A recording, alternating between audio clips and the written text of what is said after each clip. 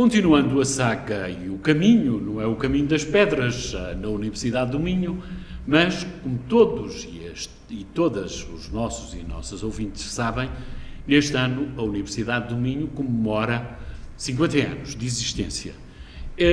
Daí que, numa associação rádio universitária, reitoria ou reitoria rádio universitária e a comissão organizadora deste evento importante, afinal, sempre são as bodas de ouro de uma instituição que se afirma cada vez mais no plano do ensino em Portugal, mas também na investigação, naquilo que é a abordagem multidisciplinar das várias escolas e institutos.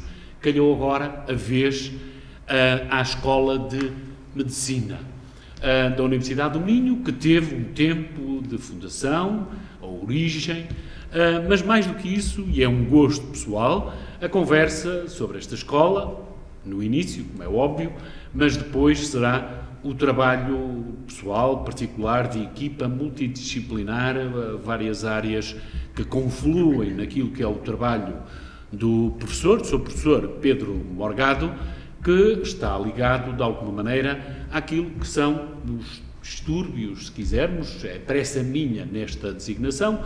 De qualquer das formas, a área é formada em medicina, mas também o campo de eleição é a psiquiatria, com tudo que isso engloba. Portanto, em meu nome e em nome também da Rádio Universitária, mas acima de tudo daqueles que nos irão escutar na próxima semana, quero agradecer a simpatia e a atenção que teve quando aceitou este convite e, a partir de agora, professor Pedro Morgado, aquilo que eu costumo mais ou menos pedir e fazer é uma abordagem, como surge, as vontades que se congregaram, aquilo que era a necessidade do país. A Universidade do Minho também tinha, de alguma forma, uma vontade de se afirmar como uma universidade total e abrangente, se quisermos, e o curso de Ciências da Vida e da Saúde, que foi assim designado, penso eu, na sua origem, era o desiderato e a vontade era um bocadinho esta. Uma universidade não está completa, veja-se aquilo que é, em termos até de política regional, a Universidade de Trás-os-Montes, a Universidade de Évora, a Universidade de Aveiro, parece que foi agora contemplada com o curso de Medicina, mas isto tudo é a vontade de um corpo, a reitoria institucional e por aí adiante, e depois uma região e, mais do que isso, se calhar, ao lateral ou até acima disto tudo, as necessidades do próprio país, numa área que muitas vezes poderemos falar também de uma forma lateral, é sempre quase que faz lembrar aquela velha história do lençol ou do cobertor demasiado curto. Puxa-se para um lado, falta no lado de cima, para a esquerda ou para a direita há sempre alguém que geme e berra. Como é que é isto? Como foi a área das ciências da saúde e depois da medicina, tal qual é agora 2024? Ora, muito boa tarde, muito obrigado pelo convite, pela oportunidade. Eu estou aqui com muito gosto para falar sobre a Escola de Medicina, para falar sobre a evolução deste projeto e também depois para falarmos um pouco sobre aquilo que é a área mais da saúde mental, da psiquiatria, tal e qual a sua intenção nesta conversa. Quando é que esta história começa? Começa com a criação da Universidade do Minho. Portanto, quando a Universidade do Minho foi criada, há 50 anos, há uma primeira proposta para a criação do curso de Medicina. Já havia esta ideia de que uma universidade completa era uma universidade que tinha que ter as grandes áreas do conhecimento, as grandes áreas do saber e, portanto, havia uma previsão para a instalação de um curso de Medicina. Na altura, o professor Joaquim Pinto Machado foi convidado para liderar uma comissão que era responsável por instalar o curso de Medicina aqui na nossa universidade.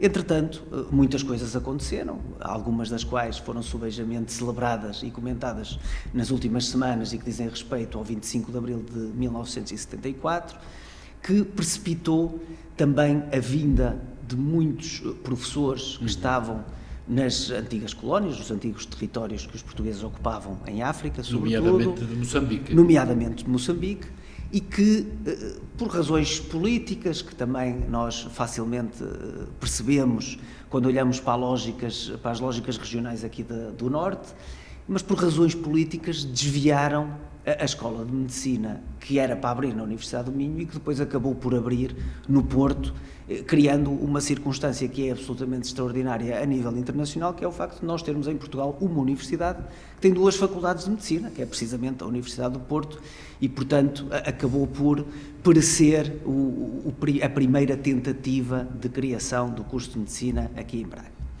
Entretanto, as coisas foram avançando, a necessidade de médicos foi-se aprofundando, nós tivemos cada vez maior necessidade e cada vez mais falta de profissionais de saúde nesta área e, portanto, quando chegamos ali à década de 90, sobretudo com a governação liderada pelo engenheiro António Guterres, começou a tornar-se claro que o país precisava de mais faculdades de medicina. Havia 5 e o professor Marçal Grilo, que era na altura o ministro com a responsabilidade da Educação e Ensino Superior, decidiu, portanto, lançar aqui o desafio a 2 universidades.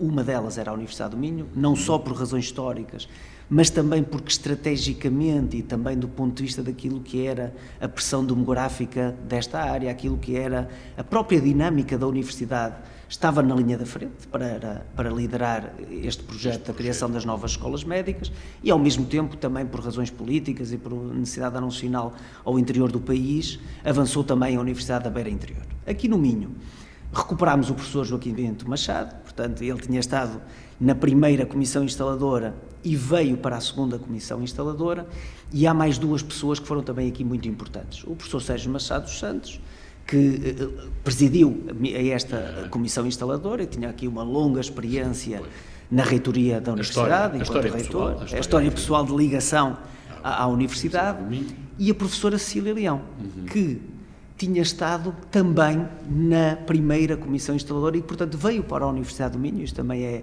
algo que é muito importante e que tem esta curiosidade.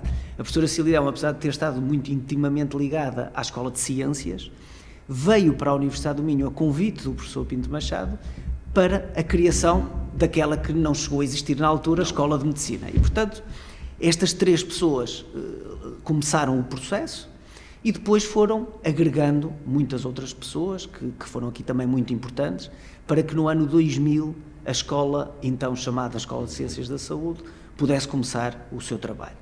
E trouxeram pessoas como o professor Nuno Sousa, a professora Joana Palha, o professor Jorge Pedrosa, o professor Jorge Correia Pinto, que acabaram por fazer aquilo que era o desenho do primeiro curso de Medicina. Arrancou no dia 8 de outubro de 2001 e foi um dia de festa em que o professor Pinto Machado clamou Aleluia e foi a primeira música que soou no seu discurso, no fundo para assinalar este atraso que tinha acontecido naquilo que era uma legítima aspiração da universidade e em que esteve presente o Primeiro-Ministro, o Ministro da Saúde, o Ministro da Educação, portanto, em que se assinalou de facto esta relevância para a universidade e para o país. Fez lembrar quase os famosos conclaves até, finalmente, o fumo branco. Precisamente, foi um conclave... escola e cá vamos. Não? Exatamente,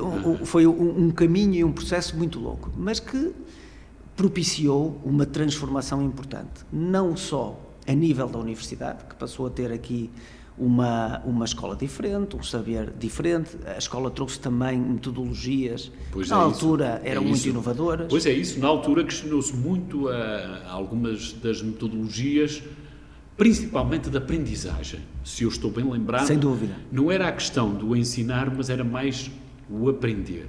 As ferramentas, aquilo que era, vamos lá, dinâmicas de alguma forma, ainda estou a socorrer da memória, um bocadinho de tão inovadoras que caíram exatamente no lado da suspeita. Penso eu, quer dizer, muita gente... Havia algumas pessoas que olhavam com assim, muita suspeição... mais tradicionais ou talvez... Isso, e com muitas dúvidas para aquilo que acontecia. E houve, como há sempre nestes processos, muita contra-informação, muita ideia de que os médicos da Universidade do Minho não iam poder tirar as especialidades. Pois eu lembro-me. Foi um processo que teve as suas curiosidades e que nós olhamos agora a esta distância de mais de 20 anos e que não deixam de ser curiosidades até com um sentido cómico que eu penso que é relevante. Mas, centrando nas metodologias, de facto, o que é que o curso trouxe de novo e de diferente? Portanto, era um curso em que o centro era o estudante e não o professor. E, portanto, o processo de ensino-aprendizagem assentava naquilo que era o criar oportunidades para os estudantes construírem o seu conhecimento e a sua aprendizagem, guiados por professores. Mas não acha que aí haveria provavelmente um certo voluntarismo e uma boa fé, dando de barato também, que aqueles estudantes que foram escolhidos teriam provavelmente algumas competências que lhes permitia, à época, discernir, fazer uma aprendizagem toda ela consciente, que dava também a certeza, isto estamos a falar a jusante, mas a montante de quem ensinava e depois, mais tarde, no próprio desempenho profissional, existia, era um garante de um saber realmente feito e construído de forma a deixar toda a gente sossegada. Penso que andava também muito assim estes... É e não é. Eu diria o seguinte, para qualquer curso, os critérios de admissão são uma primeira garantia de que as pessoas têm condições para, e têm aqueles que são os conhecimentos necessários para conseguirem ingressar e concluir esse curso com sucesso. Portanto, respondendo-lhe diretamente, sim. Mas, por outro lado, não. E não porquê? Porque qualquer processo de aprendizagem tem que estar acoplado de um processo de avaliação que garanta que a aprendizagem vai no sentido certo. E, portanto, o mecanismo de garantia de que a aprendizagem iria acontecer, respeitando o ritmo de cada aluno e as suas características pessoais, era precisamente esta ideia de que havia um processo de avaliação que era o motor do processo de ensino-aprendizagem. E, portanto, a avaliação exigente, mas alinhada com aquilo que eram os objetivos da aprendizagem, foi um fator muito importante para o sucesso e que garante que ninguém se perca neste caminho, porque quando nós entregamos ao estudante a centralidade do processo, quando nós entregamos ao estudante a criação daquele que é o seu caminho, nós estamos a correr naturalmente o risco de poder haver caminhos muito distintos e que até se afastem daquilo que é o fulcro. Mas quando a avaliação está dirigida para aquilo que é o objetivo final, então nós conseguimos que, independentemente do caminho que é escolhido por cada estudante, todos vão chegar lá, e esse foi um dos fatores mais relevantes. E, portanto, ao fim de 6 anos, nós não só tínhamos um curso bem sucedido, como tivemos a circunstância de, durante todas as edições do curso, exceto uma, a Escola de Medicina ter produzido os estudantes, ou os graduados, que melhor pontuam na prova nacional de acesso à especialidade. E, portanto, nós temos, no fundo, agora uma validação interna e externa. Validação eu digo isto interna porque corria à época assim uma piadola, daquelas manhosas, não é propriamente de taberna, mas quase. Quase no bom sentido, que era médicos da Universidade do Minho não me dão confiança absolutamente nenhuma. Prefiro ir ao Dr. Google do que propriamente, nunca se sentiu isto nunca se esteve assim, vamos lá, espraiado na sociedade ou naquilo que é o público-alvo, quer dizer, tudo que frequenta consultórios, clínicas, hospitais. De alguma maneira isto acabou por... Muito no início. Muito no início. Eu posso lhe dizer que depois da experiência de irmos para os hospitais, essa ideia desapareceu completamente é que se fez a prova de da fogo. Cabeça de algumas pessoas que ainda tinham dúvidas. E desapareceu por várias razões. Uma delas era de que o curso de Medicina da Universidade do Minho, nos anos clínicos, tinha um envolvimento com atividades práticas, um envolvimento e um rácio de estudante para tutor, que era muito mais favorável do que aquele que se verificava nas outras universidades, também porque tínhamos aqui rácios mais pequenos, em termos de números clausos mais curtos. Os discentes eram em menor número, e porque, de facto, havia uma preparação prévia ao nível das competências de relação clínica, de comunicação com o doente, de pensamento e enquadramento da medicina num modelo biopsicossocial.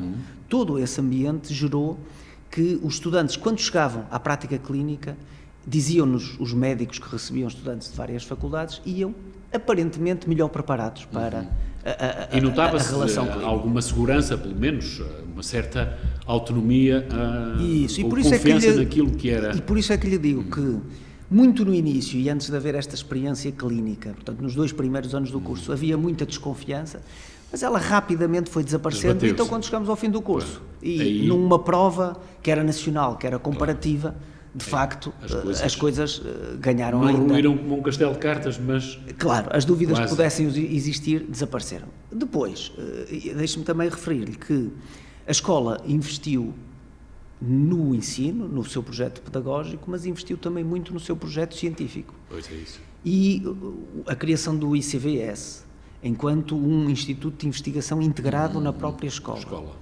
E que também é um instituto que lidera em várias áreas da investigação, acabou por trazer também a credibilidade que é necessária do ponto de vista técnico-científico ao curso. Eu penso que hoje em dia ninguém tem dúvidas de que estamos a falar seguramente de um dos melhores cursos de medicina do país. Com provas dadas em várias áreas, que é líder em muitos dos domínios. Noutros domínios precisa naturalmente de se aperfeiçoar, mas porque todos estes processos são muito dinâmicos, mas eu penso que hoje em dia é de facto um curso muito respeitado, tanto do ponto de vista nacional como internacional. Só mesmo para terminar este introito, de lá até cá, ou seja, desde o CP2, penso eu, até este edifício que agora está aqui autónomo, na investigação, naquilo que é a docência, a própria interação com os alunos e também importante, talvez, se é ou não, vamos lá, o alicerce deste edifício, como é que foi a reação, porque os alunos tiveram de ir para o Hospital de Viana do Castelo, de Barcelos, de Vila Nova de Famalicão, talvez Guimarães, Braga, como é que foi esta articulação até chegar a 2024 de maio deste ano? Olha, o resultado final é muito positivo. Todos os processos têm as suas dores de crescimento, claro. Todos os processos têm momentos em que é importante que as pessoas que participam neles apontem aquilo que entendem que traz mais dificuldade, aquilo que não está a funcionar bem. Alvo de um ritual de passagem, o seu desempenho científico e investigativo? Pessoalmente sim, claramente. Pessoalmente sim, mas do ponto de vista da instituição, eu penso que há aqui momentos que são marcantes. O primeiro, o da criação, o segundo, a saída dos primeiros graduados, que corresponde à vinda para o novo edifício e ao aumento do número de clausos, portanto passámos na altura de 50 para 60, depois para 80, depois para 140, que é o que temos neste momento, e portanto há aqui um incremento muito grande do número de alunos, que obrigou a sairmos dos hospitais de Braga e Guimarães, passarmos a ter também Viana e Vila Nova de Famalicão mais tarde, como hospitais nucleares deste processo formativo. Sempre vi como vantajosa a integração de vários hospitais na formação e no meu percurso, em que tive a oportunidade de estar tanto em Braga como em Guimarães, sempre vi isso como algo muito positivo. Uma mais-valia, de facto. Sem dúvida, porque a vida clínica varia muito de serviço para serviço e, portanto, aprende-se muito quando se vai ao Serviço de Medicina Interna ou de Cirurgia Geral de Braga e também se aprende muito e de forma diferente quando se vai aos mesmos serviços em Guimarães. Porque há formas de ver e de trabalhar que são distintas e complementares. E depois, do ponto de vista ainda de outra mudança muito significativa, nós tivemos uma reforma curricular, agora em 2020, que faz uma transição de um modelo centrado no estudante para um modelo centrado no doente.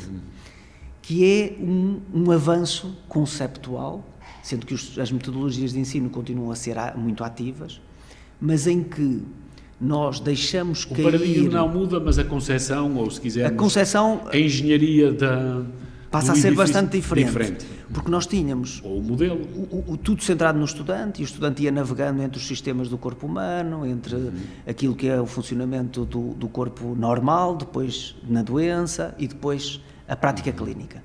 E o que é que nós temos agora? Nós temos um modelo em que, por um lado, tudo está centrado no doente e, portanto, desde o princípio, nós partimos do doente para estudar o funcionamento normal e patológico ao mesmo tempo do corpo humano e logo começar a perceber quais são os mecanismos terapêuticos que podemos implementar.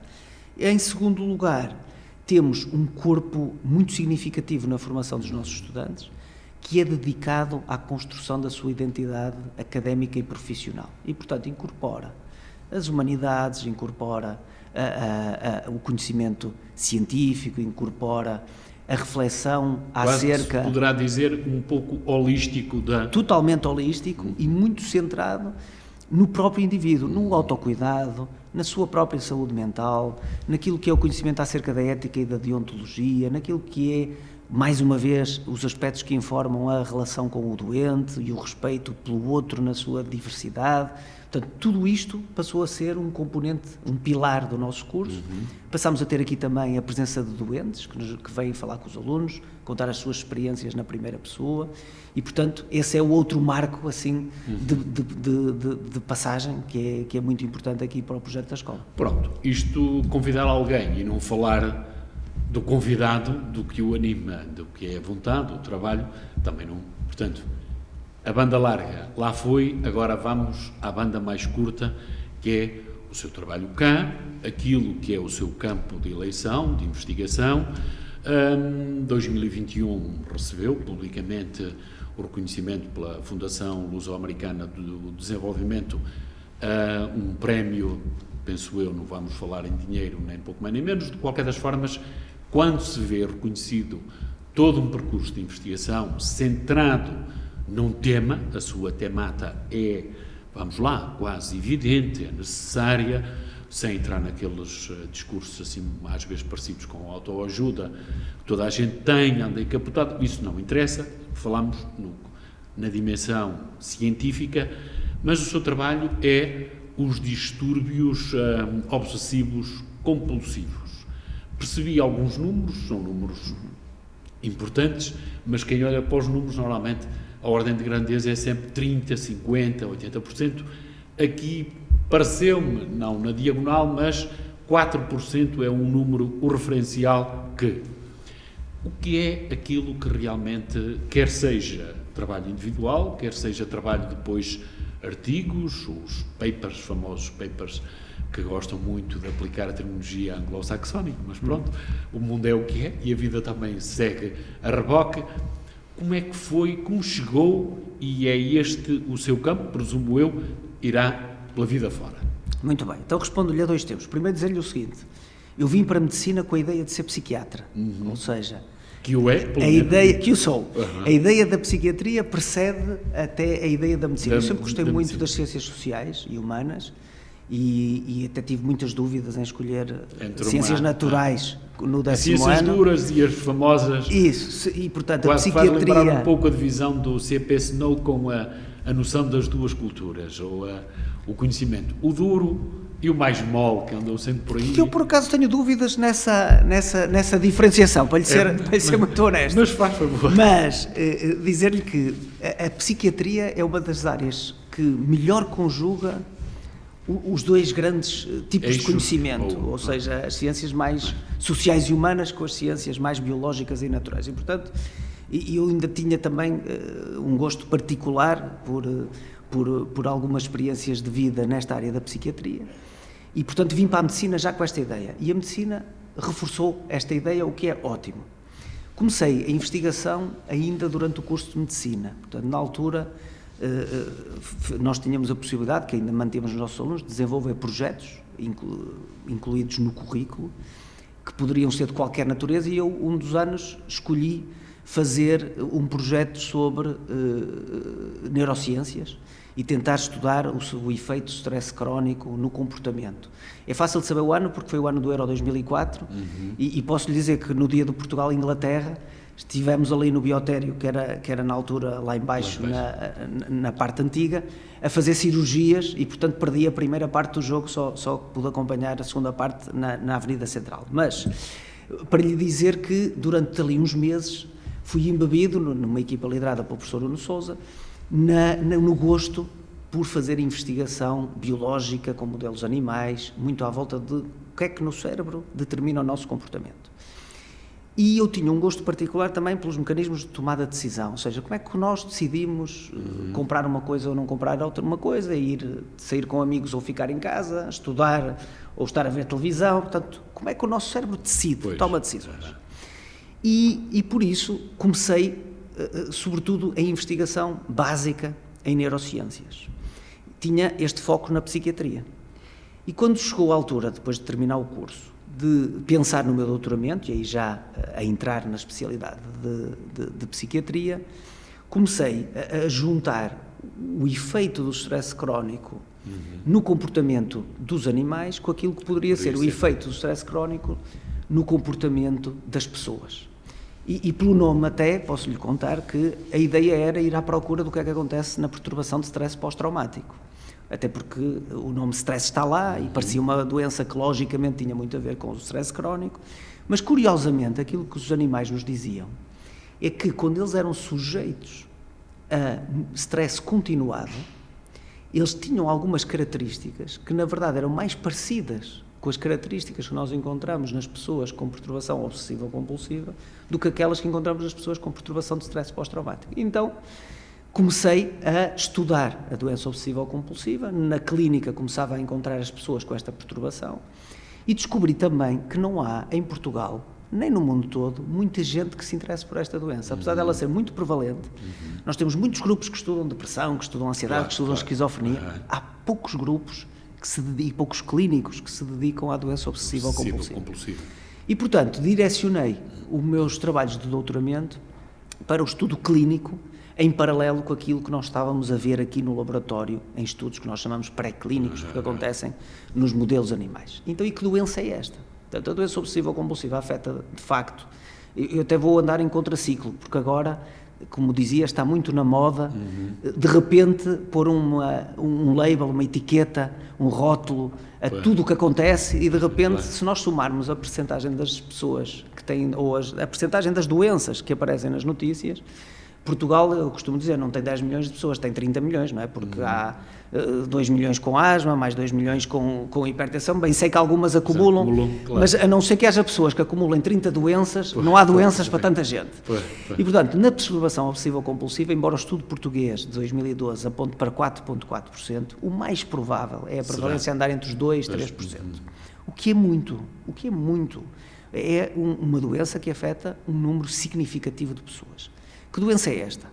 É uma doença em que nós temos no nome as duas principais características. As obsessões, que são os pensamentos que aparecem na cabeça das pessoas, que são muito fortes, muito contrários à sua natureza, muito desagradáveis. E pela redundância torna-se quase doloroso, não é? Não, é muito doloroso. Para o próprio e depois até as suas circunstâncias. Isso. As obsessões são tão dolorosas que compelem a pessoa a realizar alguns gestos que são as compulsões, que não servem para mais nada a não ser para reduzir esse sofrimento. O problema é que elas alimentam novas obsessões e, portanto, a pessoa fica presa num ciclo. Para quem nos está a ouvir, eu posso dar assim 1 ou 2 exemplos para se perceber o que é que nós estamos a falar. Por exemplo, quando uma pessoa sai de casa e fica na dúvida sobre se desligou o ferro de engomar ou a torradeira, e fica ali na dúvida, mas isto dura uns segundos. Numa pessoa com uma doença obsessiva ou compulsiva, esta dúvida é tão forte, que leva a pessoa a voltar atrás, uma vez, a sair e voltar a ter a dúvida e voltar atrás segunda vez, porque a dúvida é mesmo muito forte. E às vezes há pessoas que eu encontro nas consultas que demoram de 1 hora ou 2 horas para sair de casa, porque têm que ir atrás, verificar se está ou não está desligado, uma coisa que sabem que está desligado. Portanto, estamos a falar de uma doença muito grave. O que é que nós investigamos aqui e, por exemplo, o que é que nós estamos a fazer com o prémio que nos foi atribuído pela Fundação Luso-Americana?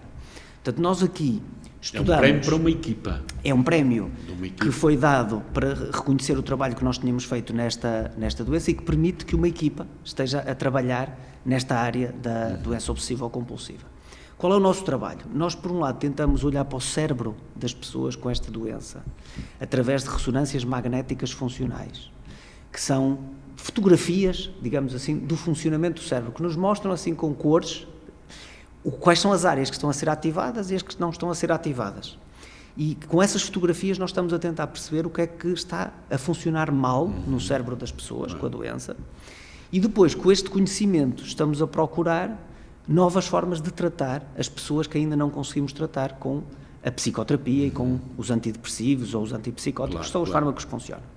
E então, quais são os tratamentos que nós estamos aqui a procurar? Temos um estudo que está a explorar uma técnica de neurofeedback, o que é isto? explicando assim de uma forma muito simplista. Quem tem relógios destes mais modernos que dão a frequência cardíaca e vai a correr, pode olhar no relógio quanto é que o coração está a bater. Isto é biofeedback, significa que eu estou a receber uma informação de uma medida fisiológica do meu corpo. O neurofeedback é a mesma coisa, mas é do funcionamento do sistema nervoso. Então, nós colocamos as pessoas com a doença na ressonância e elas, enquanto estão a regular os seus sintomas de acordo com o que aprenderam na psicoterapia, recebem informação de quão eficaz está a ser essa regulação na alteração do funcionamento do cérebro. E isto parece que funciona em algumas pessoas. Nós temos alguns dados preliminares que nos dizem que mais ou menos 30% das pessoas que não responderam aos outros tratamentos podem melhorar. Outra coisa que nós estamos a fazer um ensaio clínico, ou vamos começar um ensaio clínico, foi aprovado há 2 semanas pelo Infarmed, boa notícia, ao fim de tanto tempo conseguimos a aprovação, em que nós vamos usar um fármaco que já existe no mercado para tratar doença de Parkinson, numa dose mais alta. E ele perguntar qual é a conexão entre as duas coisas. Eu já lhe vou contar. Aquilo que é a prescrição para e, de uma forma arguta, digo eu, provavelmente esta outra utilização. Isso. Nem mais. Portanto, é um medicamento que funciona na dopamina, é usado para tratar Parkinson. Na doença de Parkinson nós temos uma disfunção da produção de dopamina. Então, basicamente, este medicamento repõe a dopamina onde ela não está a funcionar, ou repõe o seu funcionamento. Na doença obsessiva ou compulsiva, aquilo que nós vimos aqui nos nossos modelos animais é que também há déficits de dopamina em regiões críticas para a doença. E que nós testamos em animais, utilizar um medicamento parecido com este que está disponível no mercado, e este medicamento revertia as alterações no comportamento, portanto, revertia aquilo que nos animais era parecido com a doença. Então, nós estamos a usar estes resultados para replicar isto em pessoas com a doença obsessiva ou compulsiva, sendo que, já depois de nós fazermos estes testes em animais, há um grupo que no Reino Unido utilizou este mesmo medicamento em pessoas com doença obsessiva ou compulsiva e também conseguiu reverter algumas das alterações que se viam no cérebro. E, portanto, a nossa hipótese é que nas pessoas que não respondem aos medicamentos tradicionais, pode haver aqui mecanismos relacionados com a dopamina que beneficiam da utilização de doses baixas. Portanto, não são as doses do Parkinson, porque as doses do Parkinson nestas pessoas provavelmente não teriam resultado, são outras doses, e nós temos muito isso na psiquiatria. Nós temos medicamentos que numa dose funcionam para uma doença, noutra dose funcionam para outra doença e numa terceira dose funcionam para uma terceira doença. Portanto, é isso que nós vamos testar agora neste ensaio clínico que há de começar, estimo eu, no próximo semestre. Portanto, vamos começar a incluir pacientes e temos a esperança de que não vamos resolver o problema de todas as pessoas, mas que pelo menos haja algumas daquelas que não conseguimos tratar que possam beneficiar deste tratamento. Visto esse tópico, também agora vai o leigo, assim um bocadinho, provavelmente sabe, pela história da psiquiatria, das suas leituras. Na psiquiatria também há modas, não é? Como em tudo. Vou falar daquela que acompanhou também uma certa contestação dos anos 60, 70, que acompanha uma forma de pensar da filosofia também muito particular.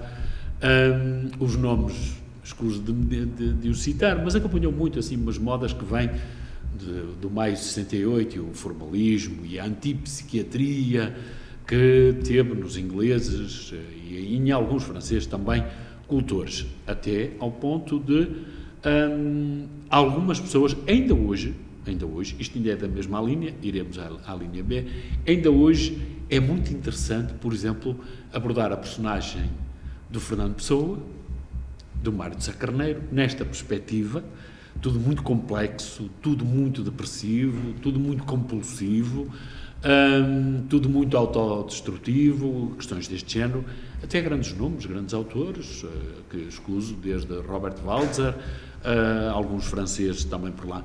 E um caso mais notório, esse talvez como competência científica e técnica me elucide já, o caso do famoso pintor Van Gogh, o Vincent Van Gogh, que terminou da maneira, relações e a pintura que está aí dele. Isto por um lado. Por outro lado, de que modo, por exemplo, eu costumo usar este tópico, é a etologia do famoso Konrad Lorenz tem implicações naquilo que é o olhar vosso, no caso, da equipa, e até os estudos da neuropsiquiatria, aquilo que é a neurologia, como é que isto funciona aqui, se há uma repetição, se há um elemento que é exaustivamente repetido e depois o sujeito repete e aprende e elimina e a ansiedade e outras questões desaparecem. E depois o último tópico é um bocadinho este, porque isto é já, digo eu, que não é ciência, porque eu não sou da área, mas provavelmente são leituras adjacentes que fiz, laterais. O cérebro é uma máquina demasiado complexa. Fiquei relativamente sossegado quando diz que os números são na ordem dos 4%, 2%, 3%, porque li alguns estudos sobre a neurologia, a neurociência, que os cientistas, os neurólogos e toda a gente que trabalha à volta desse campo, dizem muitas vezes que são 5%, 6% o conhecimento que têm sobre o cérebro. E eu lembrei-me de doenças, ou pelo menos pacientes que têm, que é o mais frequente, esclerose múltipla, esclerose múltipla amniotrófica, que um historiador, que eu muito apreciei, morreu, e aprecio, morreu precocemente. Estou a falar de um historiador inglês, Tony Hood, mas como ele, também muita gente. Como é que é isto naquilo que, para quem nos escuta, para eles e para elas, para além de decorrer do seu trabalho, como é que isto fica aqui no meio disto tudo? Muito bem, estamos a falar de facto de temas muito vastos, e aquilo que nós sabemos, tanto sobre o cérebro, como sobre o funcionamento da pessoa, naquilo que diz respeito aos seus pensamentos, às suas emoções, aos seus comportamentos, aquilo que nós sabemos é muito menos do que aquilo que não sabemos. E, portanto, esta é a primeira declaração que eu quero fazer, porque conto poder ter uma conversa destas nos 75 anos da universidade e, se calhar, aquilo que eu vou dizer hoje vai estar profundamente errado e desatualizado. Eu penso que, sobre este tema, que é um tema fascinante, há muitos avanços, há muitas confusões e há algumas contestações que ajudam aos avanços. E, portanto, começando por falar da contestação e começando por falar do movimento antipsiquiatria, eu devo dizer que o movimento antipsiquiatria está profundamente errado em muitos dos seus pressupostos, mas foi muito importante para uma maior humanização da psiquiatria e para que a psiquiatria pudesse avançar, colocando melhor o interesse das pessoas que serve à frente de tudo o resto. Porque muitas... a desumanização que existia. Porque a desumanização era brutal e era bem intencionada. E, portanto, foi preciso o movimento antipsiquiatria evidenciar a desumanização para ela, que era bem intencionada, poder ser percepcionada por aqueles que a estavam a praticar. E, portanto, os movimentos, mesmo os movimentos muito radicais... Assim, um bocadinho heterodoxos. Às vezes trazem-nos coisas boas. E eu penso que devemos sempre olhar para esses movimentos e tentar perceber porque é que isto está a acontecer. Agora, também é preciso muito cuidado com o tempo que nós vivemos. Porque nós vivemos um tempo onde toda a gente tem opinião de tudo e parece que quem é mais ouvido sobre os assuntos... às vezes é quem menos sabe acerca dos assuntos. Faz lembrar um pouco a famosa frase do Humberto Eco, o idiota da aldeia, hoje que tem acesso às redes sociais, passa por gênio. E muitas vezes... até o escutam mais a ele. Precisamente, porque diz coisas de uma forma mais apelativa, mais próxima daquilo que é o senso comum, e nem tudo que é o senso comum é verdade, e portanto...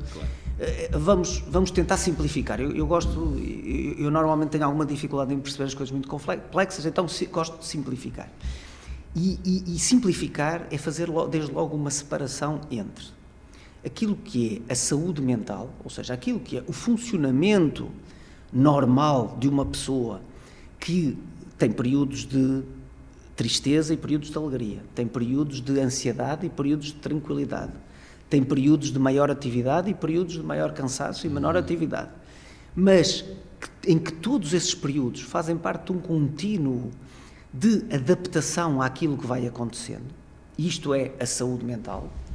E para isto nós não precisamos nem de psiquiatras, nem de psicólogos, a maior parte das vezes. Nós precisamos é que as pessoas tenham boas condições de vida, tenham a possibilidade de crescerem em ambientes onde podem ser quem são, onde sejam respeitadas naquilo que é a sua identidade, Precisamos de uma sociedade bem organizada para promover a saúde mental. É o que nós mais precisamos para que tenhamos boa saúde mental.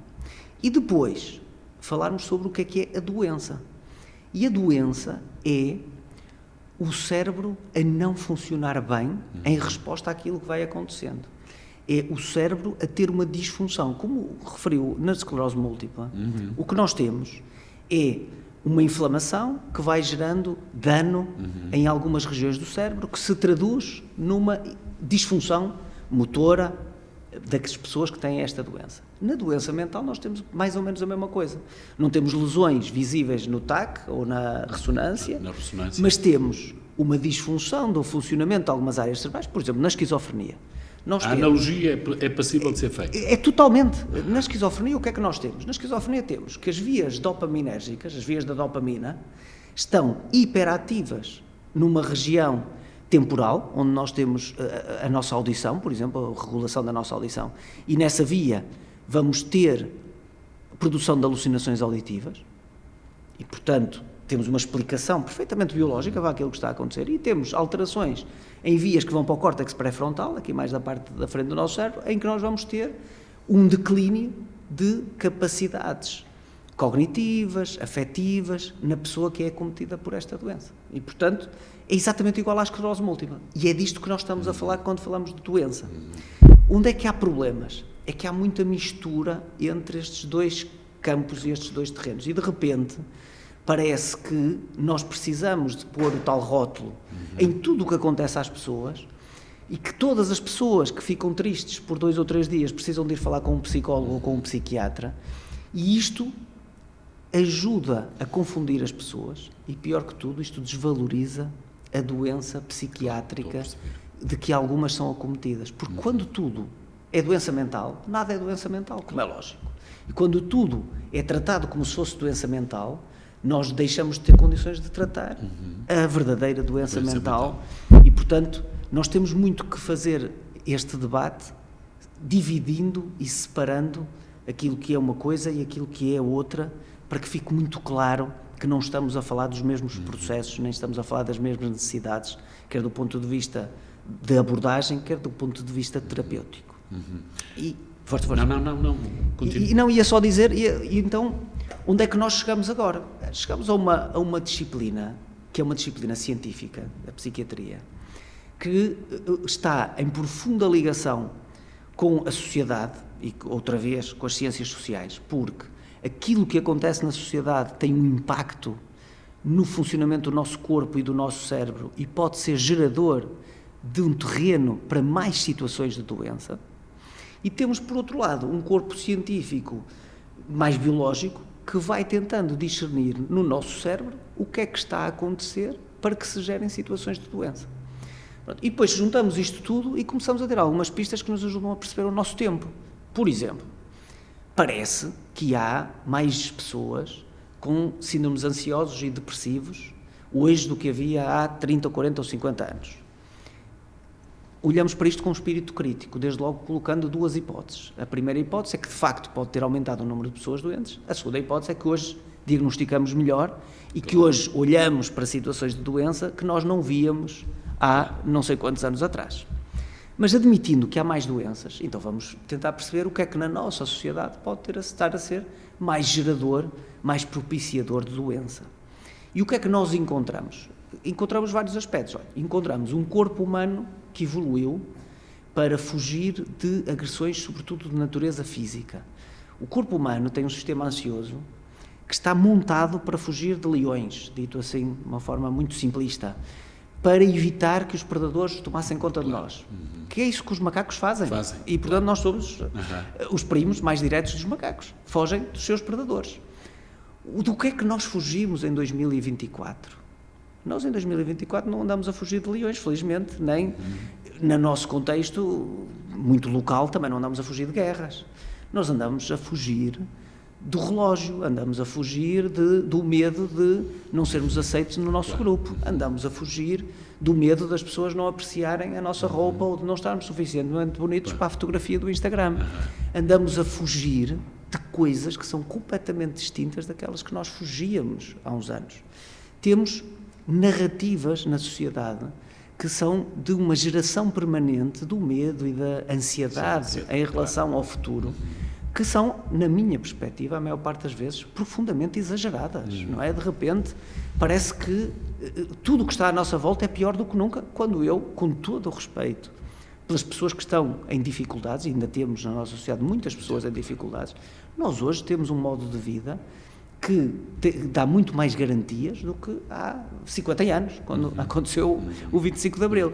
E, portanto, esta narrativa social também é geradora de mais sofrimento. E viver em sofrimento permanente, tal como nós vimos nos animais, quando começámos a estudar o stress crónico, altera a anatomia e a fisiologia do cérebro e gera situações de doença.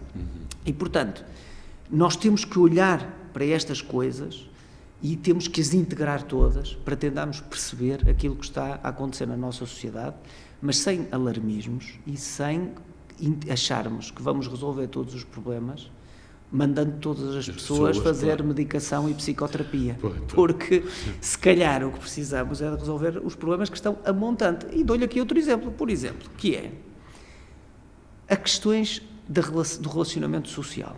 O ser humano foi programado para viver em pequenas comunidades. Um ser humano, há uns milhares de anos atrás, contactava a vida toda com menos pessoas do que aquelas. Na Grécia clássica. E mais atrás do que isso, porque a evolução do corpo demora muito mais tempo.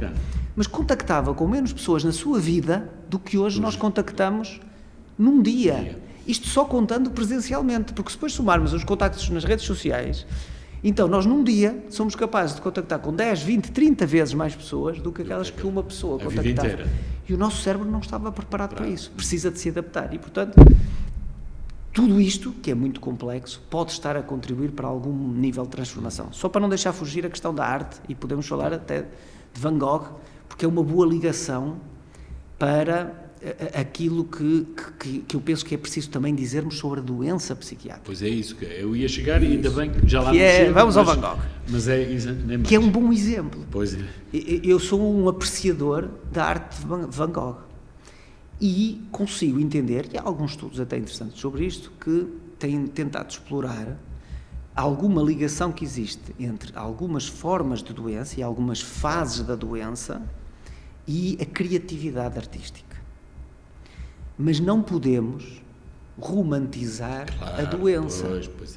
Pois é. Porque isso também é muito perigoso. Cai-se que é uma coisa que, por exemplo, nós às vezes vemos nos filmes, é que nos aparece uma pessoa com uma doença que é genial e de repente nós já pensamos, olha, a doença até faz as pessoas... Isso. As modas muitas vezes são... E isto não é assim, porque Van Gogh faleceu por suicídio, faleceu porque... E viveu dramas terríveis. Num sofrimento imenso.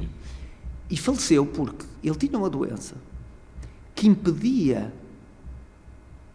a sua capacidade de observar o mundo e reconhecer a realidade tal como ela era. E o obrigava a ver o mundo de uma forma muito mais triste, muito mais negativa, muito mais pessimista do que aquilo que o mundo é.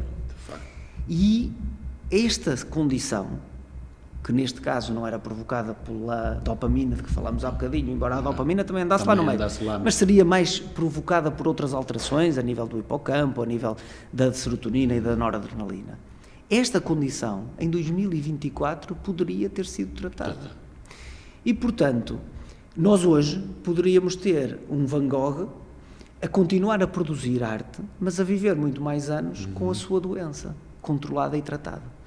E, portanto, não é boa ideia olharmos para o tratamento da doença como algo que impede a criatividade. É óbvio que muitas vezes no sofrimento nós somos mais criativos e temos ideias que são mais diferentes daquelas que temos fora do sofrimento, mas ultrapassar o sofrimento provavelmente é aquilo que melhor serve todas as pessoas e, portanto, quando nós temos doença, nós temos que a tratar com medicação, com psicoterapia, com todas as armas disponíveis para isso. Estamos a chegar ao final da nossa conversa, mas há um tema, não é nota de rodapé, mas também trabalhou isso, ou pelo menos mostrou interesse em analisar e investigar. É possível agora, porque estas coisas, a perspectiva na minha perspectiva, desculpa a redundância, no mínimo 10, 12 anos servem-se, ou pelo menos são os indicados para se analisar isto, mas tem dados, já tem alguma leitura, interpretação daquilo que foi, ou o que foi, a pandemia, aquilo que todos nós vivemos, no comportamento, na sensibilidade das pessoas, na tomada de decisão das pessoas, na consciência das pessoas, o que é que poderá eventualmente, embora ainda estamos, a decalagem é tão curtinha, mas já há indícios, tem sinais, o que é possível dizer?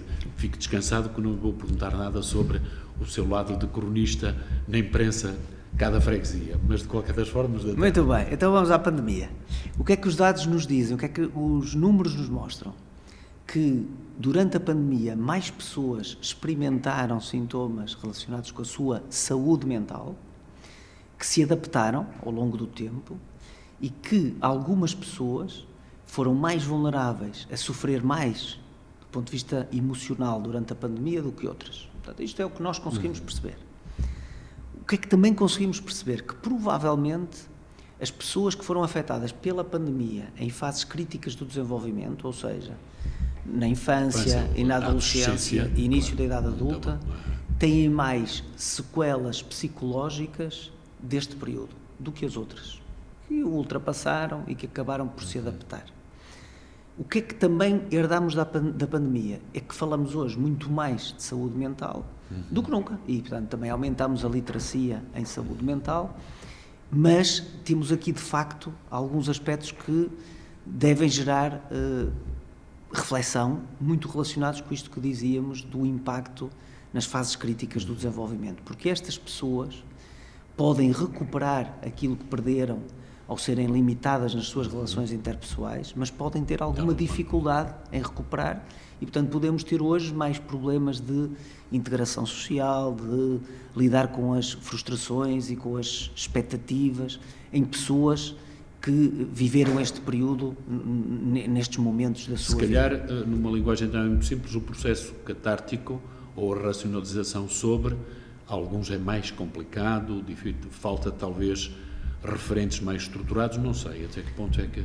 Pode ser isso, pode ser também o simples facto de uma série de expectativas que existiam e projetos que existiam terem sido já, abruptamente interrompidos.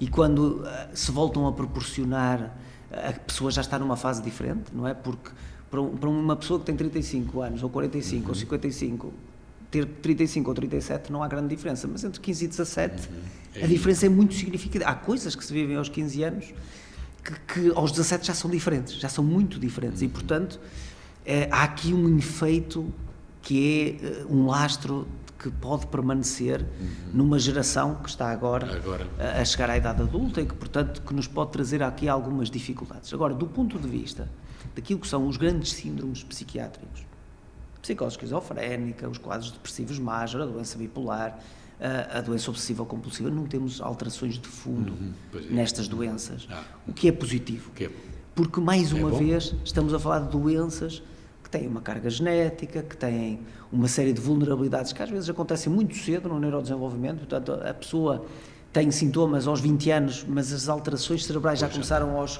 3 ou 4 anos de idade e, portanto, nós quando vamos observar a doença já tudo está estruturado. Nós aí não temos diferenças, o que também é bom porque, de facto, isto foi teve um impacto brutal na nossa maneira de viver e nas nossas vidas e, portanto, poderia haver aí esse risco felizmente não aconteceu. Portanto, nós agora temos todos, enquanto sociedade, é que encontrar formas de nos organizarmos melhor para que estas pessoas que foram amputadas e que têm algum nível de maior dificuldade de integração, de processamento daquilo que são as suas circunstâncias de vida e daquilo que são as suas emoções, poderem encontrar aqui também um espaço de conforto para se reencontrarem e para darem a volta a esta situação. Em meu nome e em nome dos e das ouvintes do programa Livros com Rumo, mas acima de tudo também da Universidade do Minho e da Rádio Universitária, quero agradecer a atenção, o cuidado para esta conversa fascinante no 50º aniversário desta mesma instituição do ensino superior em Portugal. Professor Pedro Morgado, obrigado. Muito obrigado também.